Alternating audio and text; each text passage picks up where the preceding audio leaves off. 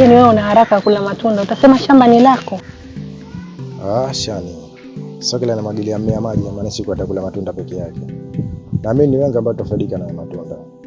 Yaani wewe hujawahi kuishiwa maneno. Ila hata hivyo tuna dakika 5 tu hapa. Dakika 5 za nini sasa?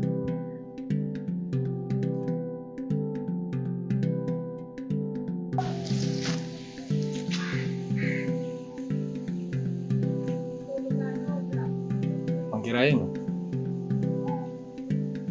Shani. Upasi kutengeneza uoga. Maana maamuzi yako wewe mwenyewe. Na sio kama ni jasiri.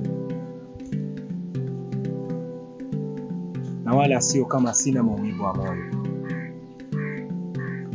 Ila naheshimu upendo wako. Asante sana bro. Kwa hichi ambacho unachonifanyia.